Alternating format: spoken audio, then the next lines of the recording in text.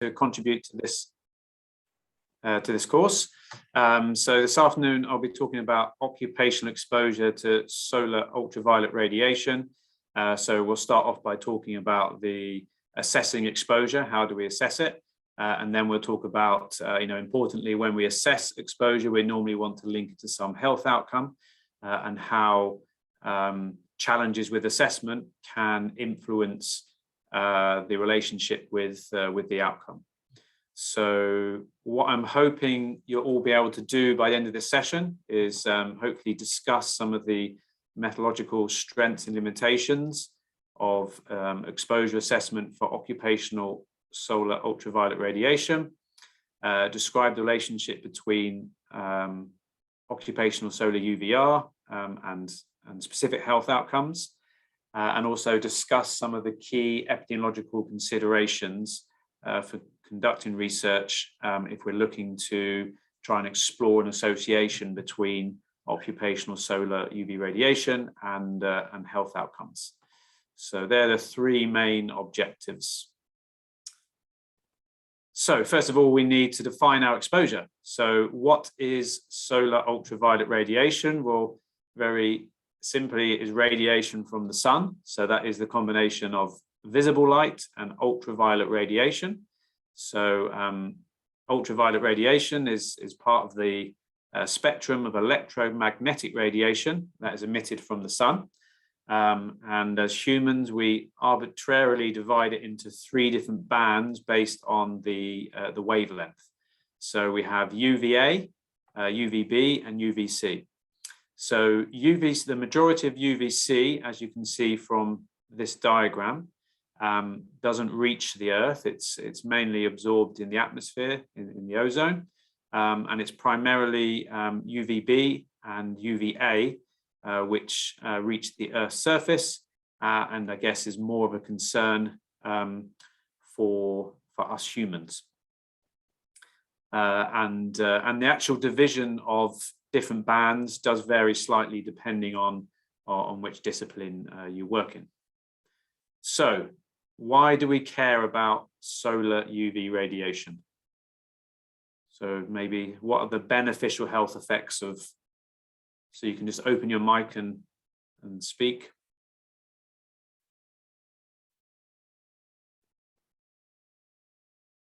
You should be fully caffeinated after the break. Vitamin D, maybe? So vitamin D. So we need sunlight to initiate a cascade of reactions to sequester vitamin D in the skin, which is obviously important for a number of metabolic processes, but also particularly maintaining calcium balance. Any other beneficial effects of sunlight? It's good for mental health. So it is good for mental health. Why is it good for mental health? Circadian rhythms. So circadian rhythms, yes. So it regulates our circadian rhythm, and certainly serotonin, the levels of serotonin and melatonin. Certain neurotransmitters in our brain. Anything else?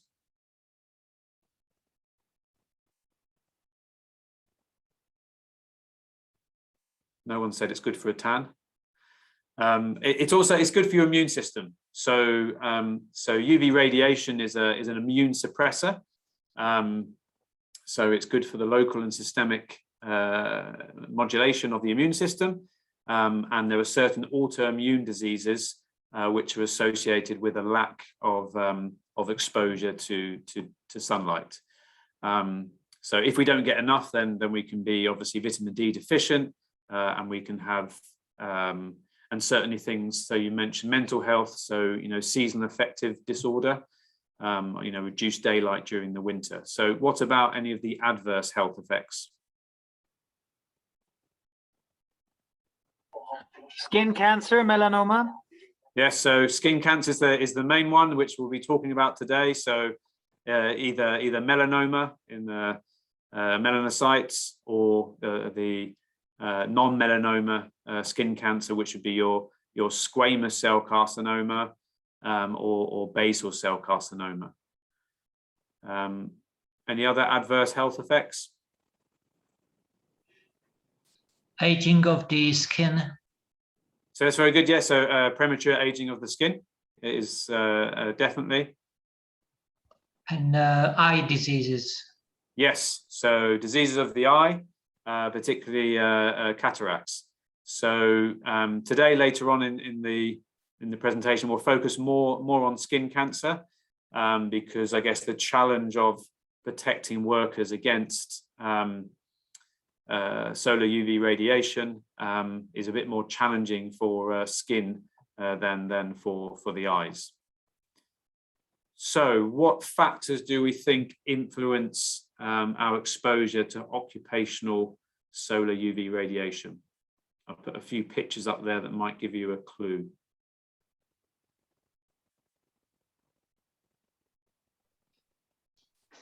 Which part of the globe we are? Yes, so which country you live in? Why does that influence exposure?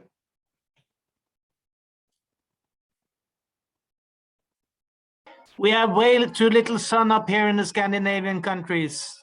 So in the Scandinavian countries, so latitude would be one. So your latitude, so the exposure varies by latitude, and we'll come on to that. Reflective surfaces are important too. Yes, excellent. So reflective surfaces. So here we've got someone, who is a Sherpa that works in snow. Then you've got a fisherman that works, close to water. So again, depending whether you work on sand, concrete, depends on the reflective nature of your work environment.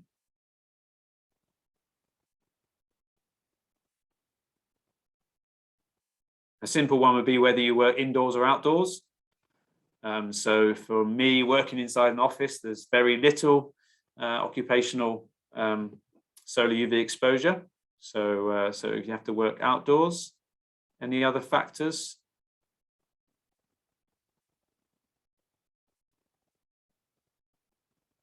So some are quite occupational specific. So depending what job you do, so you might be doing a job where you are sort of mixed indoor-outdoor, or you maybe have at least some protection from either canopy from trees, also depending on altitude, so whether you work closer to the sun up in the mountains, also whether you what body position you work in, so which parts of your body are exposed, and also the human behavior side of whether or not you're wearing PPE.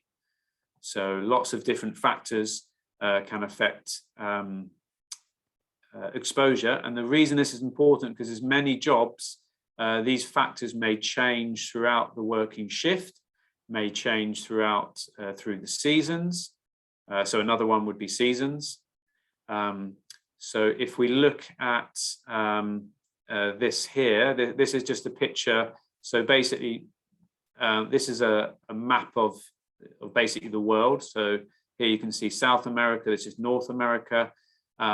This is the UV index, which is a measure of the intensity of ultraviolet radiation, and also the time that it would take to elicit some negative health effects.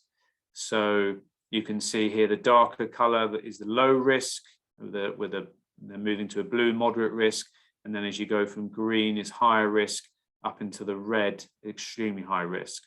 So this is mid-December with a clear sky. So what you can see is obviously most of the northern hemisphere has very low UV index. So during that time of year, that is winter. You can see across the equator, it's generally very high UV index. So here is latitude, and then you can see so in the southern hemisphere, it's obviously summertime. So here you have Australia. You can see it's extremely high risk of health effects if you're outdoors. And then if you look for the same graph, which would be in the summertime, a clear sky, sort of middle of June, you can now see obviously that it's winter time in the southern hemisphere. The equator still has this constant high exposure to solar UV radiation, and now you can see parts of North America and Europe also experiencing high or very high. It's not surprisingly, from an evolutionary point of view, skin phototype obviously varies by latitude, where you tend to get much darker skinned natives close to the equator, and then you become fairer skinned as you move either north or south.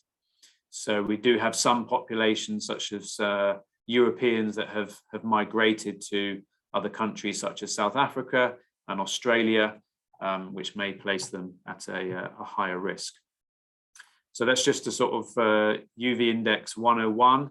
And here is, you can look at this in slower time, but what I'm showing here is from in the northern hemisphere, from a high latitude, from Russia, and then moving south all the way down to New Zealand and the Falklands, is by month of the year.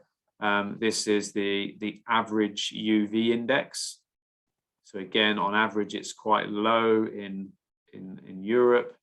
And then you can see this purple is constantly in these countries is a high UV exposure. But you can see in Europe that if you move into the summer, then this puts it into the high or very high.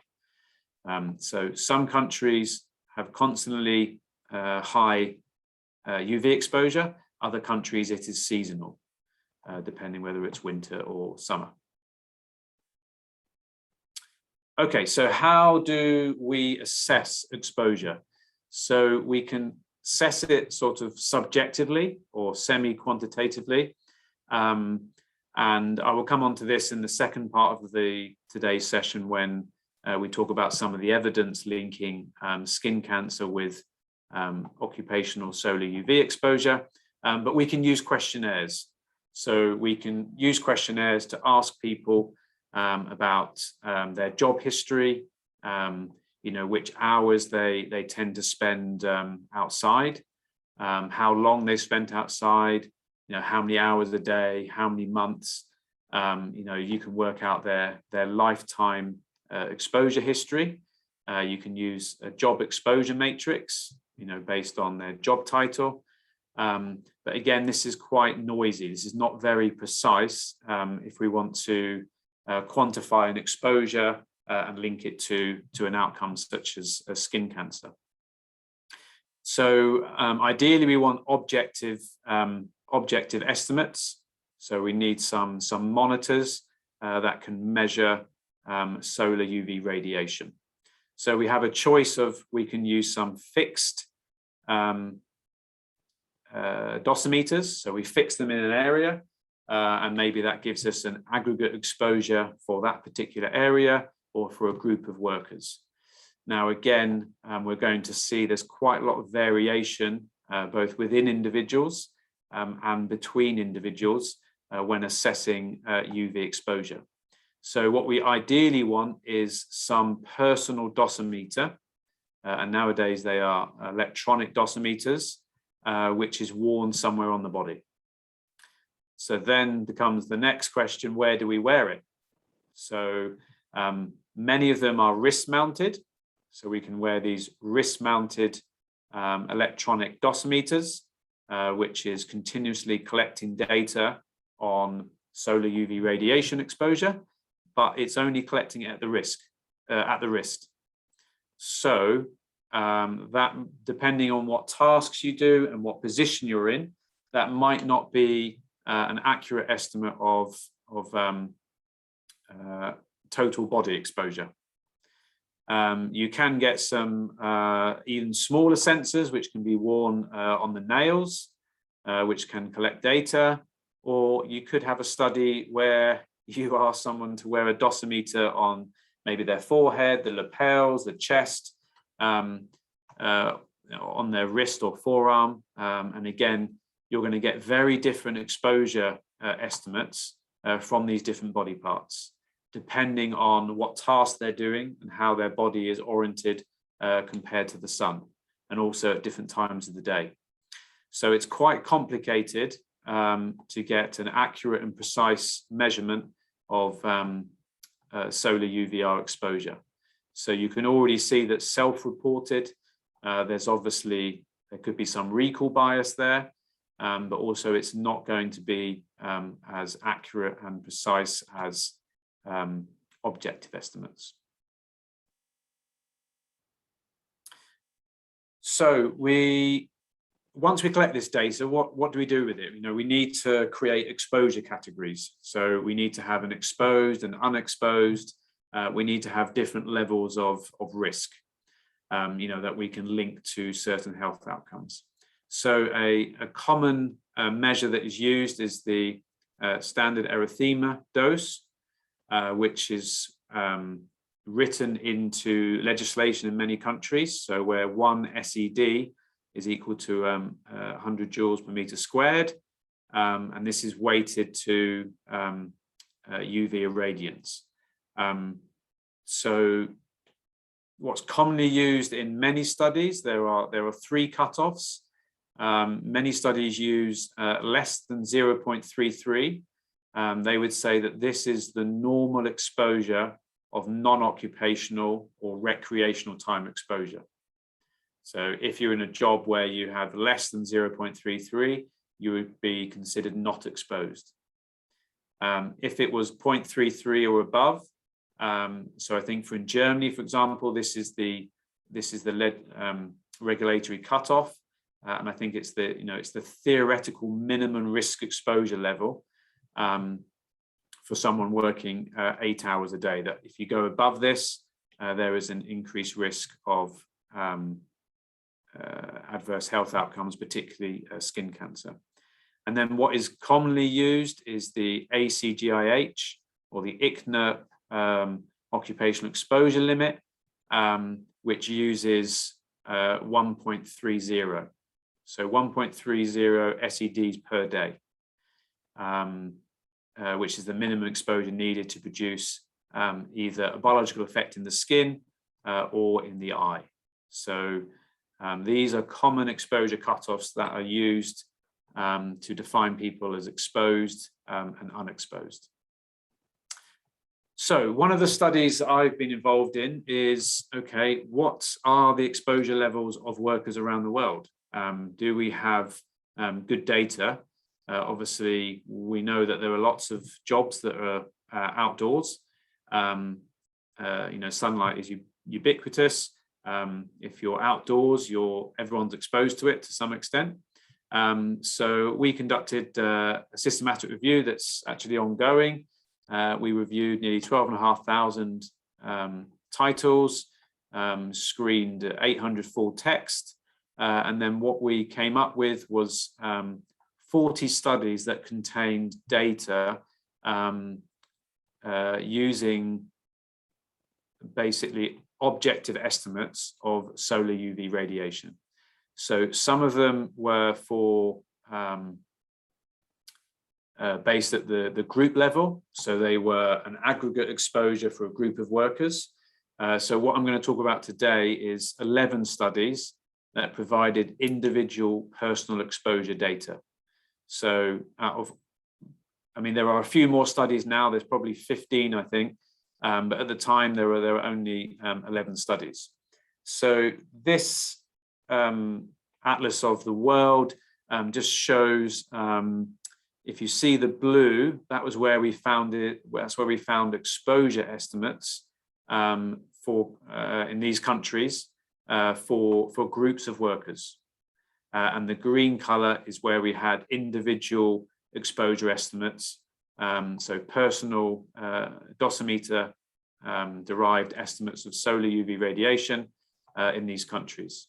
So what you'll notice, the first thing is that, there's a lot of gray, there's a lot of missing data, particularly in South America, in Africa, in the Middle East, and in Asia. So there's a lack of data. and we know that these countries have high UV exposure, although probably the risk of things like skin cancer would be higher in fair-skinned individuals in the northern hemisphere, or those of European descent that have moved to the southern hemisphere. Although if you're looking at cataracts, because eye protection is not routinely worn in many countries, there could be an increased risk of cataracts in some of these countries. So here I've just color-coded green for basically not exposed, less than the non-occupational cutoff. Basically exposed would be orange, which is our entry level 0.33. And then if we use the ACGIH, IGNERP occupational exposure limit, this would be red. So I'm just going to show some data from different countries around the world. So this is based on the participants in the study wearing a dosimeter, so a personal dosimeter that is assessing occupational exposure to solar UV radiation. Again, different times of the year, different placements of the dosimeter, different types of dosimeter. So it's not always easy to compare between studies, but this study in Antarctica amongst geologists and geophysicists at a weather station obviously showed that 100% of them exceeded the daily occupational exposure limit. A study on 2 professional golfers in Australia again showed that they both of them exceeded the occupational exposure limit. Another study in the mid-90s in Australia, which was PE teachers, gardeners, and lifeguards, showed that they all 100% of them exceeded the daily occupational exposure limit. In Austria, for some farmers during the summertime, again, the majority of them exceeded the exposure limit. And then there's some really nice data actually from Cheryl Peters and Thomas Tenke from Canada. So you can check these 2 publications out. They're freely available on PubMed, showing data for a range of different workers, power utility workers, marine construction, agricultural workers. And again, during the summertime in Canada, you've got here sort of, nearly 90% are exposed either at the entry level or at the occupational exposure limit. And again, in this particular group, just over 85%. Some more recent data from Kasper Grandal in Denmark, which has a mix of outdoor and indoor-outdoor mixed workers, again shows that 30% would be classified as exposed, and 2/3 would be classified as exceeding the daily occupational exposure limit. It's not surprising for mountain guides in the German Alps that 100% of them exceeded the daily occupational exposure limit. And then there were some gardeners, lifeguards, and construction workers in Spain, which all exceeded the daily exposure limits. Some older work using much earlier dosimeters from Sweden, but very interesting for military, fishermen, outdoor workers, again showed that 60% exceeded the entry-level exposure, and just over a quarter the occupational exposure level. So this is data for just under 1,000. So this is data for 1,000 individual personal dosimeters worn on participants. Just looking at crude prevalence, you've got nearly 3/4 of these occupations which would be exceeding the daily occupational exposure level for solar UV radiation. So why were there such variation both within and between the studies? So obviously it depends what job you do and what industry you work in, and then also your task within those jobs. There are always some variations by sex and age. Generally females are healthier but are better at adhering to PPE and maybe take more care of not exposing themselves to sunlight. Obviously varies by latitude, as we showed earlier on. Obviously, the studies took place during different years, different seasons, and different months of measurement. And related to this is weather and also cloud coverage. So cloud coverage can make a significant difference between the exposure assessment at ground level. A clear day versus a cloudy day. Again, altitude and the surface type we spoke about, and obviously dosimeter type. So nowadays we have some excellent electronic dosimeters. Previously we used biofilm, which is a bit more complicated with the analysis. But again, where are these individuals wearing the dosimeter? Is it on the wrist? Is it on the shoulder? Is it on the head? How long did you assess the person for? Was it a full working shift, or was it just, the 10 till 4 or 10 till 2? So what was the duration of assessment and how many working days? So I sent this paper to you before the course, so hopefully you had a chance to look at it. So some colleagues from Croatia and Germany, based on the back of some of this work, they're looking now at longitudinal exposure. So they've started this Genesis UV project. And what this is designed to do is to fix personal electronic dosimeters to workers in different occupations and monitor them for a long period of time. So in many of the studies that I was presenting, there could be 1 or 2 days, or the most maybe a full week of assessment. In this study, they had them wearing them for 4 months on the left upper arm during working hours from June to October. What you can see from the results, and we'll just have a quick look through them. This is data for one worker on one day. So here we have UV exposure in SED. So our 0.33 would be the cutoff for a day. But you can see from 8 o'clock till 4 o'clock, there's a lot of variation in the half hour, the 30-minute exposure assessment.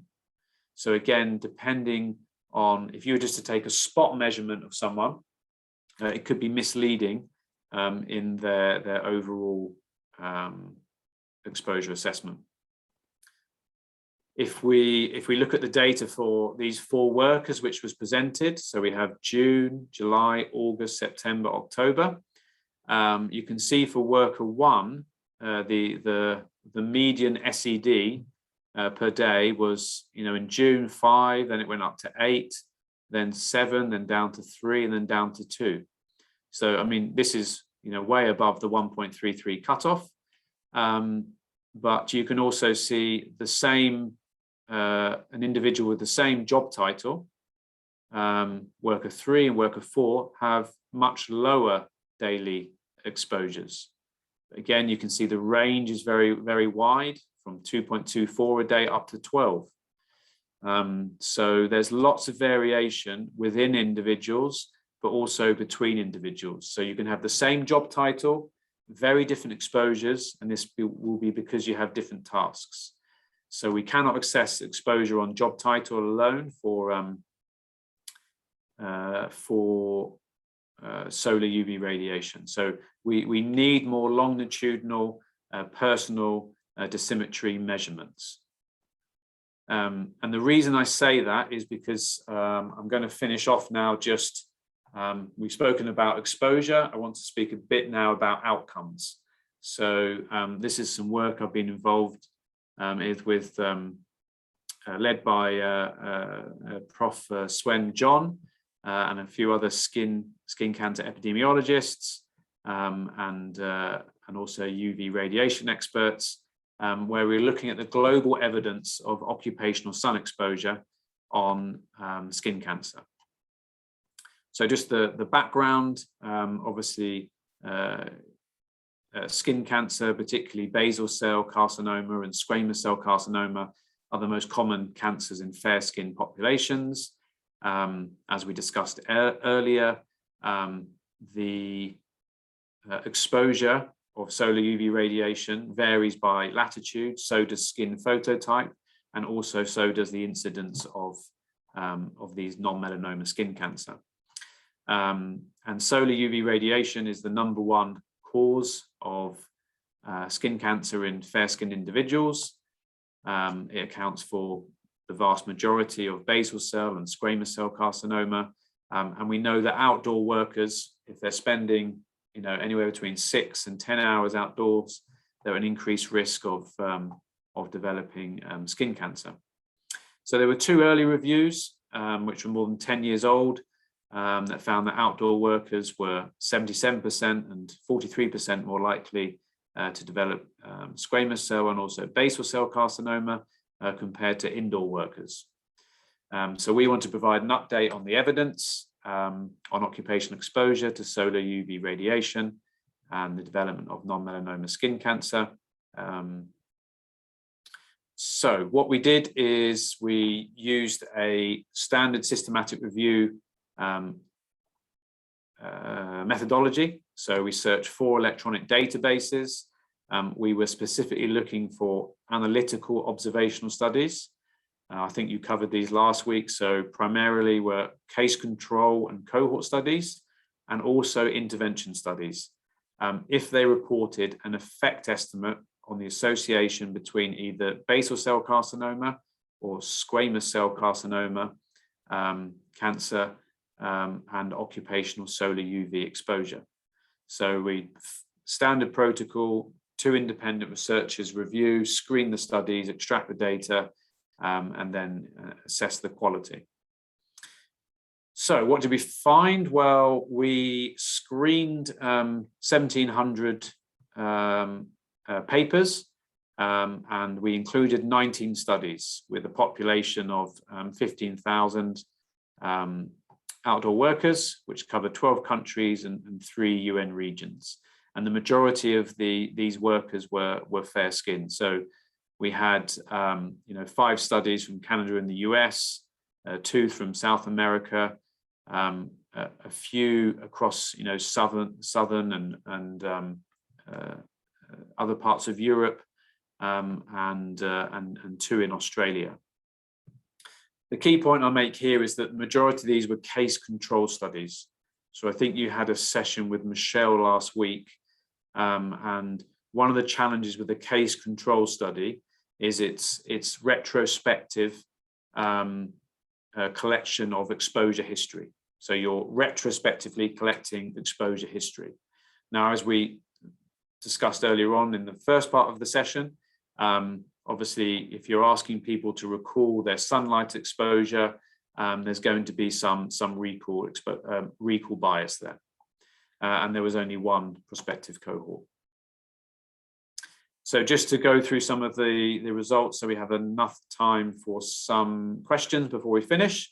So the data from North America, so in Montreal, basically showed that patients with squamous cell carcinoma were 9 times more likely to be exposed to occupational solar UV radiation. But here you can see that the confidence intervals are very wide. So it's not a very reliable estimate. And again, some of this will be due to the inability to accurately assess exposure. At the same time, Alberta, there was no significant relationship between either basal or squamous cell carcinoma and mean lifetime occupational sun exposure. So here the exposure was 1,000 hours accumulated outdoors. In New Hampshire, they found that basal or squamous cell carcinoma patients were 3 times more likely to report working as gardeners or groundkeepers or farmers. And again, in Florida, skin cancer patients were twice as likely to report a job in the sun for more than 3 months a year for more than 10 years. So you can already see the heterogeneity in exposure assessment. So some is lifetime exposure, as more than 1,000 hours accumulated. In other studies, it's reporting a job in the sun for more than 3 months a year for more than a decade. In Brazil and Colombia, so Brazil found that basal cell carcinoma patients were nearly 5 times more likely to be agricultural workers compared to non-agricultural workers.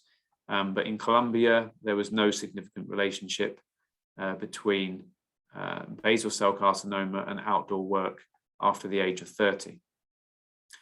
So, you know, some studies, these are case control studies predominantly at the moment, have used job title as exposed, unexposed. Are you an outdoor worker? Are you an agricultural worker? Regardless of the nuance that within that group, you're going to have very large heterogeneity in actual exposure. Data from Finland didn't find a significant relationship. In a few studies from Germany did find a significant relationship with basal cell carcinoma patients, generally 2 to 3 times more likely to be outdoor workers, or 3 to 5 times more likely to be agricultural workers. But Switzerland didn't find any significant association between squamous cell and cumulative lifelong exposure. So we've got vast heterogeneity in the results here. In the interest of time, I'll just go through quickly the results from Southern Europe. So Serbia, Montenegro, and Greece found that patients with basal cell carcinoma were anywhere between 1.2 to 4 times more likely to work outside during the summer. Obviously, we know in these countries the UV exposure is only high during the summer months. In Italy, it was only specific types of subtypes of basal cell carcinoma. So just to finish, in Australia, they didn't find a significant association. One of these was a case control. One of the studies was a cohort study. So they found no significant association between working hours, working indoors or outdoors, and either basal cell or squamous cell carcinoma. Now, that might be because recreational exposure or non-occupational exposure to solar UV radiation is quite high in Australia. So if you can't adequately control for that, then you might not find an association with occupational exposure. So what did we find? Well, 95% of the studies reported an increased risk in keratinocyte cancer in outdoor workers, but it was only statistically significant in 50% of the studies. Basal cell had a stronger association with occupational exposure, but we should be very cautious because there weren't many studies comparing basal and squamous cell carcinoma. And we know that squamous cell carcinoma is more strongly associated with cumulative exposure to solar UV radiation. So there was no clear or consistently increased risk of skin cancer across countries, although obviously there was a significantly increased risk in individual studies in North America, Latin America and the Caribbean, Western Europe and Southern Europe. But the risk estimates were imprecise because they had relatively wide confidence intervals. So we can't be that confident in the results. And obviously, agricultural workers seem to be at an increased risk in these countries.